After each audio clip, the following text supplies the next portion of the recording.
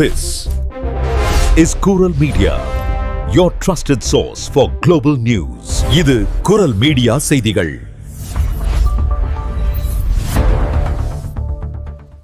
இது குரல் மீடியாவின் இன்றைய பிரதான செய்திகள். செய்திகளை வாசிக்கும் நான் கோகுலநாதன் தமிழினி. முதலில் தலைப்புச் செய்திகள். பிரான்சில் வரலாறு காணாத வகையில் தீவிரமடையும் வெப்ப அலை. கடும் வெப்பம் காரணமாக இல்ல ட பிரான்ஸ் மொபிலிட்டேஸ் போக்குவரத்து சேவைகளில் மாற்றம். பாரிஸ் போதைப்பொருள் வேட்டையில் உலக புகழ்பெற்ற பிக்காசோவின் ஓவியம் மீட்பு. 4 சந்தேக நபர்கள் கைது. ஐரோப்பிய ஒன்றியத்தின் புதிய குடியேற்ற சட்டங்களில் முக்கிய அம்சங்களுக்கு அதிபர் மக்ரோன் கடும் எதிர்ப்பு. பாரிஸ் அடுக்குமாடி குடியிருப்பில் அதிர்ச்சி. 4 ஆண்டுகளாக யாருக்கும் தெரியாமல் கிடந்த பெண்ணின் எலும்புக்கூடு மீட்பு. ஐரோப்பிய ஒன்றியத்தில் புதிய சுங்கவரி. ஜூலை 1 முதல் ஆன்லைன் பார்சல்களுக்கு கூடுதல் 3 யூரோ கட்டணம். வெப்ப அலையிலிருந்து தப்ப நீர்நிலைகளை நாடிய 13 பேர் நீரில் மூழ்கி உயிரிழப்பு. பொதுமக்கள் பாதுகாப்பு நெறிமுறைகளை பின்பற்றுமாறு அறிவுறுத்தல். பிரான்சில் குறையும் எரிபொருள் விலை. பழைய எரிபொருள் விலைக்கு திரும்ப இன்னும் காலதாமதம் ஆகும் என அமைச்சர் தகவல். பல மணி நேரம் மூடிய காருக்குள் இருந்ததால் 20 மாத குழந்தை உயிரிழந்த சோகம். சம்பவம் தொடர்பில் இலங்கை தமிழ் குடும்ப பெண் கைது. தொடர்பான விரிவான செய்திகள். தொடர்ந்து தீவிரமடைந்து வரும் கடும் வெப்ப அலை காரணமாக இல்ல ட பிரான்ஸ் மொபிலிட்டேஸ் தனது போக்குவரத்து சேவை திட்டத்தில் அதிரடி மாற்றங்களை மேற்கொள்ள உள்ளது. இதன் விளைவாக RER மற்றும் டிரான்சிலியன் ரயில் வழித்தடங்களில் சில சேவைகள் ரத்து செய்யப்படும். RERA பாதையில் மட்டும் ரயில்கள் வழக்கம் போல் தடையின்றி இயக்கப்படும் என அறிவிக்கப்பட்டுள்ளது. இன்று ஜூன் 22ஆம் தேதி திங்கட்கிழமை காலை முதல் கடும் வெப்பம் காரணமாக இல்ல ட பிரான்ஸ் பகுதியில் தொடர்ந்து போக்குவரத்து கடுமையாக பாதிக்கப்படும் என்று இல்ல ட பிரான்ஸ் மொபிலிட்டேஸ் அறிவித்துள்ளது. ரயில் உள்கட்டமைப்புகள் மற்றும் ரயில் பெட்டிகளை பாதுகாப்பதற்கும் சேவை தொடர்ச்சியை உறுதி செய்வதற்கும் போக்குவரத்து திட்டம் மாற்றியமைக்கப்படும். குறிப்பாக RERP பாதையில் பல தொடர்ந்து சேவைகள் ரத்து செய்யப்படும் என்றும் தெரிவித்துள்ளது. அதேபோல் திரையில் காட்டப்படும் சேவைகளும் குறைக்கப்படும் அல்லது ரத்து செய்யப்படும் என தெரிவிக்கப்பட்டுள்ளது. எனவே பயணிகள் தங்கள் ரயில் சேவை இயங்குகிறதா என்பதை மொபைல் செயலிகள் மூலம் முன்கூட்டியே சரிபார்க்குமாறு அறிவிக்கப்பட்டுள்ளது. மேலும் முடிந்தவரை குறிப்பாக உடல் ரீதியாக பாதிக்கப்படக்கூடிய நபர்கள் தங்களின் பயணங்களை ஒத்திவைக்குமாறு நாங்கள் பரிந்துரைக்கிறோம் என்றும் இல்ல ட பிரான்ஸ் மொபிலிட்டேஸ் தெரிவித்துள்ளது. இந்த கடும் வெப்ப அலை காரணமாக இன்று 49 மாவட்டங்கள் கடும் வெப்ப அலைக்கான சிவப்பு எச்சரிக்கை நிலைக்கு மாற்றப்பட்டுள்ளன. இது ஒரு வரலாற்று சாதனை எண்ணிக்கையாகும். மேலும் 40 மாவட்டங்கள் செம்மஞ்சள் எச்சரிக்கை நிலையில் இருக்கும். இதன் மூலம் சுமார் 3.5 கோடி மக்கள் சிவப்பு வெப்ப எச்சரிக்கையின் கீழ் இருப்பார்கள் என கணிக்கப்பட்டுள்ளது. ஒட்டுமொத்தமாக பிரான்ஸ் மக்கள் தொகையில் 90% அதிகமானோர் செம்மஞ்சள் அல்லது சிவப்பு வெப்ப எச்சரிக்கையின் கீழ் இருப்பார்கள் என எச்சரிக்கப்பட்டுள்ளது. பாரிஸின் புறநகர் பகுதியான ஷம்பினி செர்மான் பகுதியில் கடந்த திங்கட்கிழமை போதைப் பொருள் தடுப்பு நடவடிக்கைக்காக காவல்துறையினர் வீடு ஒன்றில் அதிரடி சோதனை நடத்தினர். அப்போது அந்த வீட்டிலிருந்து கஞ்சா, ஆடம்பர உடைகள் மற்றும் சில 1000 யூரோ நோட்டுகள் ஆகியவை கைப்பற்றப்பட்டன. இந்த சோதனையின் போது சந்தேகத்திற்குரிய அந்த கும்பல் போதைப் பொருள் கடத்தல் மட்டுமின்றி போதைப் பொருள் விற்பனை, திருட்டு மற்றும் பல்வேறு சட்டவிரோத செயல்களில் ஈடுபட்டு வந்ததும் வெளிச்சத்துக்கு வந்துள்ளது. இதையடுத்து இந்த சம்பவங்களுடன் தொடர்புடைய 4 பேர் அதிரடியாக கைது செய்யப்பட்டு கடந்த வெள்ளிக்கிழமை நீதிமன்றத்தில் ஆஜர்படுத்தப்பட்டனர். காவல்துறை அதிகாரிகளின் இந்த அதிரடி சோதனையின் போது சம்பந்தப்பட்ட வீட்டிலிருந்து உலக புகழ்பெற்ற ஸ்பானிஷ் ஓவியரான பிக்காசோவின் ஓவியம் ஒன்றும் கைப்பற்றப்பட்டுள்ளது. நிபுணர்களின் சரிபார்த்தல் நடவடிக்கைக்கு பிறகு வீட்டிலிருந்து கைப்பற்றப்பட்ட ஓவியம் பிக்காசோவின் உண்மையான கலை படைப்புகளில் ஒன்றுதான் என்பது அதிகாரப்பூர்வமாக உறுதிப்படுத்தப்பட்டுள்ளது. மேலும் இந்த ஓவியம் திருடப்பட்டது என்பதையும் காவல்துறையினர் உறுதி செய்துள்ளனர். எனவே இந்த அரிய வகை ஓவிய திருட்டு தொடர்பான தனி விசாரணையையும் காவல்துறையினர் தற்போது தீவிரமாக தொடங்கியுள்ளனர். ஐரோப்பிய ஒன்றியத்தால் அண்மையில் நடைமுறைப்படுத்தப்பட்ட குடியேற்றம் மற்றும் அகதிகள் புகலிட ஒப்பந்தம் மற்றும் நாடாளுமன்றத்தால் ஒப்புதல் அளிக்கப்பட்டுள்ள நாடு கடத்தல் ஒழுங்குமுறை சட்டம் ஆகியவற்றின் முக்கிய விதிகள் வெளியாகியுள்ளன. ஐரோப்பிய ஒன்றியத்தின் எல்லை கட்டுப்பாடுகளை முன்னெப்போதையும் விட கடுமையாகும் நோக்கில் கொண்டுவரப்பட்டுள்ள இப்புதிய சட்டத்தின்படி விசா இன்றி நுழையும் குடியவாசிகள் அனைவரும் கடுமையான முதற்கட்ட பரிசோதனைக்கு உள்ளாக்கப்படுவார்கள். இந்த கட்டாய பரிசோதனை அதிகபட்சமாக 7 நாட்களுக்குள்ளும் தனியாக வரும் குழந்தைகளுக்கு 4 நாட்களுக்குள்ளும் முடிவடைய வேண்டும் என்பதுடன் இவர்களின் கைவிரல் ரேகைகள் உள்ளிட்ட உயிரியல வீட்டுத் தரவுகள் புதுப்பிக்கப்பட்ட யூரோடாக் மத்திய தரவுத்தளத்தில் கட்டாயமாக பதியப்படும். மேலும் அகதி அங்கீகார விகிதம் 20%க்கும் குறைவாக உள்ள பாதுகாப்பான நாடுகளிலிருந்து வருவோரின் விண்ணப்பங்கள் எல்லைகளிலேயே முடக்கப்பட்டு அதிவேகமாக பரிசீலிக்கப்பட்டு அதிகபட்சம் 3 மாதங்களுக்குள் இறுதி முடிவு எட்டப்படும் என அறிவிக்கப்பட்டுள்ளது. இச்சட்டத்தின் மிக முக்கிய விதியாக புகலிட கோரிக்கை அதிகாரப்பூர்வமாக நிராகரிக்கப்பட்டவர்களை அவர்களின் சொந்த நாடுகள் ஏற்க மறுக்கும் பட்சத்தில் ஐரோப்பிய எல்லைகளுக்கு வெளியே உள்ள ஒரு 3ஆம் நாட்டில் நாடு கடத்தல் மையங்களை அமைத்து அவர்களை முடக்கி வைக்க உறுப்பு நாடுகளுக்கு சட்டப்பூர்வ அனுமதி வழங்கப்பட்டுள்ளது. அத்துடன் நாடு கடத்தப்பட வேண்டிய குடியேவாசிகள் தப்பியோட வாய்ப்புள்ளது என்றோ அல்லது ஒத்துழைக்க மறுக்கிறார்கள் என்றோ கருதப்பட்டால் அவர்களை 24 மாதங்கள் வரை காவலில் வைக்கவும், தேவைப்பட்டால் மேலும் 6 மாதங்கள் நீட்டிக்கவும் புதிய சட்டம் அனுமதிக்கிறது. எல்லையோர நாடுகளின் சுமையை குறைப்பதற்காக அகதிகளை ஏற்க விரும்பாத மற்ற ஐரோப்பிய நாடுகள் கட்டாய நிதியுதவியோ அல்லது எல்லை பாதுகாப்புக்கான தொழில்நுட்ப உதவிகளையோ வழங்க வேண்டும் என்ற நெகிழ்வான கட்டாய கூட்டு பொறுப்பு முறையும் அறிமுகப்படுத்தப்பட்டுள்ளது. இந்த கடுமையான சட்டங்களுக்கு மனித உரிமை அமைப்புகள் கடும் கண்டனம் தெரிவித்துள்ள நிலையில் ஐரோப்பிய ஒன்றிய உச்சி மாநாட்டின் நிறைவில் பிரான்ஸ் ஜனாதிபதி இமானுவேல் மக்ரோன் 3ஆம் நாடுகளில் திரும்ப அனுப்பும் முகாம்கள் அமைப்பதற்கு தனது ஆணித்தரமான எதிர்ப்பை பதிவு செய்துள்ளார். இதுகுறித்து பேசிய அவர், புலம்பெயர் பிரச்சினைக்கு பயனுள்ள தீர்வுகள் தேவை. ஆனால் 3ஆம் நாடுகளில் அமைக்கப்படும் முகாம்கள் எப்போதும் செயல்படுவதில்லை. இது ஐரோப்பாவின் அடிப்படை மதிப்புகளுடன் பொருந்துவதில்லை என்றும் கூறியுள்ளார். பாரிஸ் மாநகரின் மையப்பகுதியில் உள்ள அடுக்குமாடி குடியிருப்பு ஒன்றிற்குள் பல ஆண்டுகளாக யாருக்கும் தெரியாமல் மறைந்து கிடந்த பெண் ஒருவரின் எலும்புக்கூடு கண்டெடுக்கப்பட்ட சம்பவம் அரங்கேறியுள்ளது. பாரிஸின் 15வது வட்டாரத்தில் மான்பார்னஸ் கோபுரத்தின் பின்புறம் அமைந்துள்ள ரூ ஃபால்கியர் வீதியில் உள்ள ஒரு அடுக்குமாடி குடியிருப்பில் கடந்த செவ்வாய்க்கிழமை இந்த எலும்புக்கூடு கண்டுபிடிக்கப்பட்டுள்ளது. அங்குள்ள இல்லத்தின் ஓர் கதவு உடைந்திருந்த நிலையில் உள்ளே மனித எலும்புக்கூடு ஒன்று கிடப்பதைக் கண்டு அதிர்ச்சியடைந்த அயலவர்கள் உடனடியாக காவல்துறையினருக்கு தகவல் கொடுத்துள்ளனர்.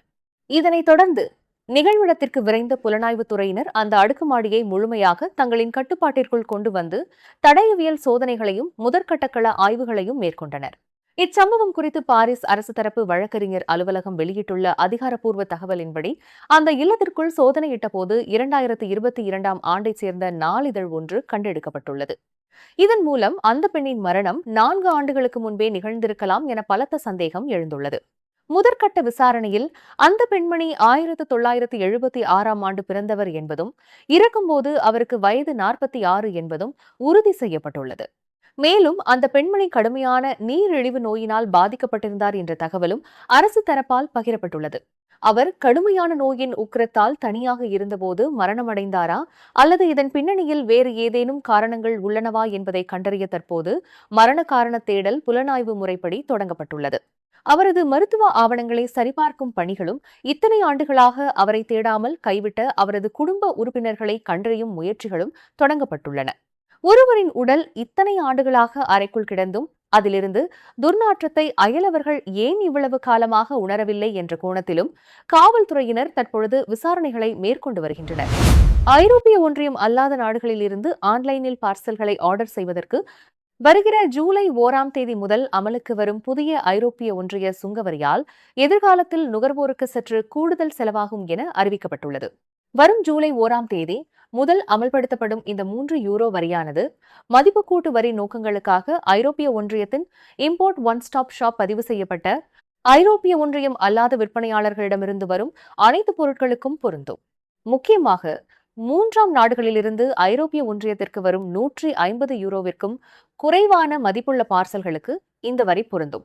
ஐரோப்பிய ஒன்றிய தரவுகளின்படி இது ஐரோப்பிய ஒன்றியத்திற்கான அனைத்து இ-காமர்ஸ் பரிவர்த்தனைகளிலும் 93% குறிக்கிறது. இந்த தற்காலிக நடவடிக்கை 2028 வரை நடைமுறையில் இருக்கும். அப்போது சிறிய பார்சல்களுக்கு தற்போது பொருந்தும் சுங்கவரி விலக்கு நிரந்தரமாக ரத்து செய்யப்படும் என்றும், அந்த நேரத்தில் ஐரோப்பிய ஒன்றியத்திற்குள் நுழையும் அனைத்து பொருட்களுக்கும் ஒவ்வொரு பொருளுக்குமான வழக்கமான கட்டண விகிதத்தில் சுங்கவரி விதிக்கப்படும் என்றும் தெரிவிக்கப்பட்டுள்ளது. கடுமையான வறண்ட வெயிலிலிருந்து தற்காத்துக் கொள்ள பொதுமக்கள் நீர்நிலைகளை நாடிச் சென்ற வேளையில் நேற்று ஒரே நாளில் பிரெஞ்சு நிலப்பரப்பில் குறைந்தது 13 பேர் நீரில் மூழ்கி உயிரிழந்துள்ளதாக தேசிய குடிமை பாதுகாப்பு பிரிவின் உத்தியோகபூர்வ செய்தி தொடர்பாளர் ஜெரோம் பூலாஞ்சர் கவலையுடன் தெரிவித்துள்ளார். காவல்துறையின் முதற்கட்ட தகவல்களின்படி இதில் 3 மரணங்கள் அதிகாரப்பூர்வமாக உறுதி செய்யப்பட்டுள்ளன.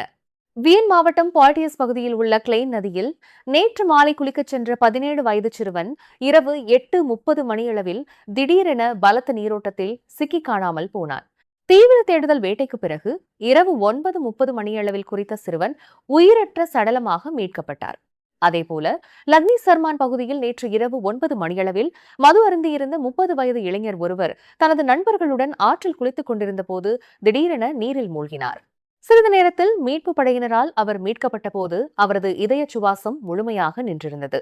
மேலும் பொண்டென்லி போர்ட் பகுதியில் நேற்றிரவு 9:30 மணியளவில் தனது குடும்பத்தினருடன் ஆற்று பகுதியில் குளிக்கச் சென்ற 13 வயது சிறுமியும் எதிர்பாராத விதமாக நீரில் மூழ்கி பரிதாபமாக உயிரிழந்தார்.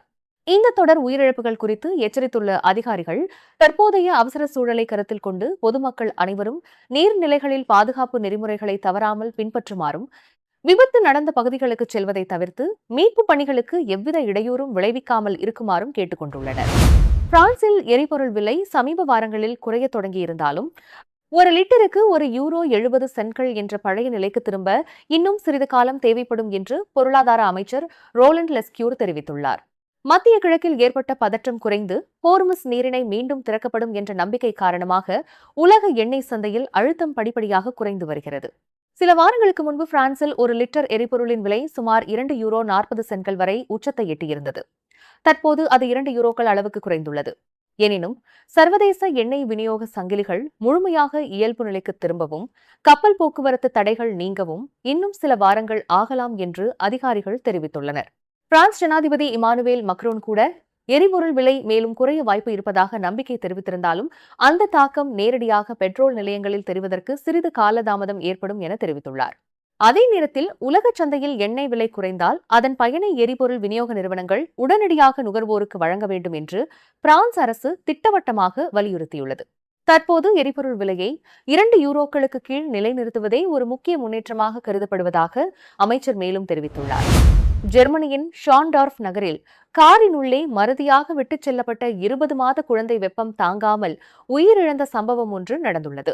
கடந்த ஜூன் 17ஆம் தேதி நிகழ்ந்த இந்த துயர சம்பவம் தொடர்பாக அக்குழந்தையின் 44 வயதுடைய தாய் மீது அரசு வழக்கறிஞர் அலுவலகத்தால் கவனக்குறைவால் ஏற்பட்ட மரணம் மற்றும் கடமை தவறியதால் ஏற்பட்ட மரணம் ஆகிய பிரிவுகளின் கீழ் வழக்கு பதிவு செய்யப்பட்டுள்ளது. தற்போது காவல்துறையினர் அந்த தாயை கைது செய்து தீவிர விசாரணை நடத்தி வருகின்றனர்.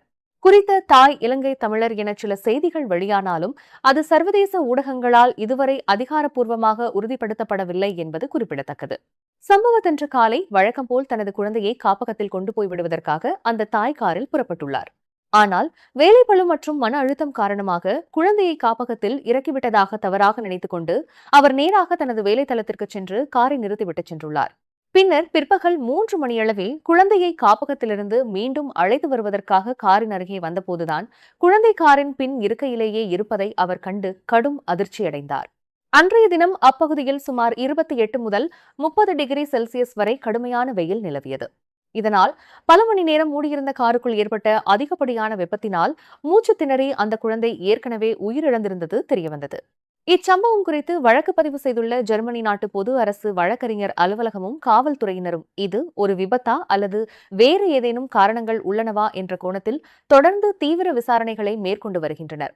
இதேபோன்று பிரான்சிலும் கடுமையான வெப்ப அலைகள் நிலவி வருவதால் பெற்றோர்கள் தமது குழந்தைகளை மிகுந்த கவனத்தோடு பாதுகாக்குமாறு அறிவுறுத்தப்பட்டுள்ளனர். கடும் வெப்பத்தில் உங்களையும் பாதிக்கப்படக்கூடிய நபர்களையும் எவ்வாறு பாதுகாப்பது என்பது குறித்த ஆலோசனை வழங்க திரையில் காட்டப்படும் மேட்டியோ பிரான்ஸ் ஒரு சிறப்பு வெப்ப அலைத்தகவல் சேவை உதவி எண்ணை அமைத்துள்ளது. இந்த எண்ணை அழைப்பதன் மூலம் இந்த சேவையை இலவசமாக அணுகலாம் என தெரிவிக்கப்பட்டுள்ளது. நீங்கள் இதுவரை கேட்டது குரல் மீடியாவின் பிரதான செய்திகள். மேலும் இதுபோன்ற செய்திகளை அறிய குரல் மீடியாவை சப்ஸ்கிரைப் செய்யுங்கள்.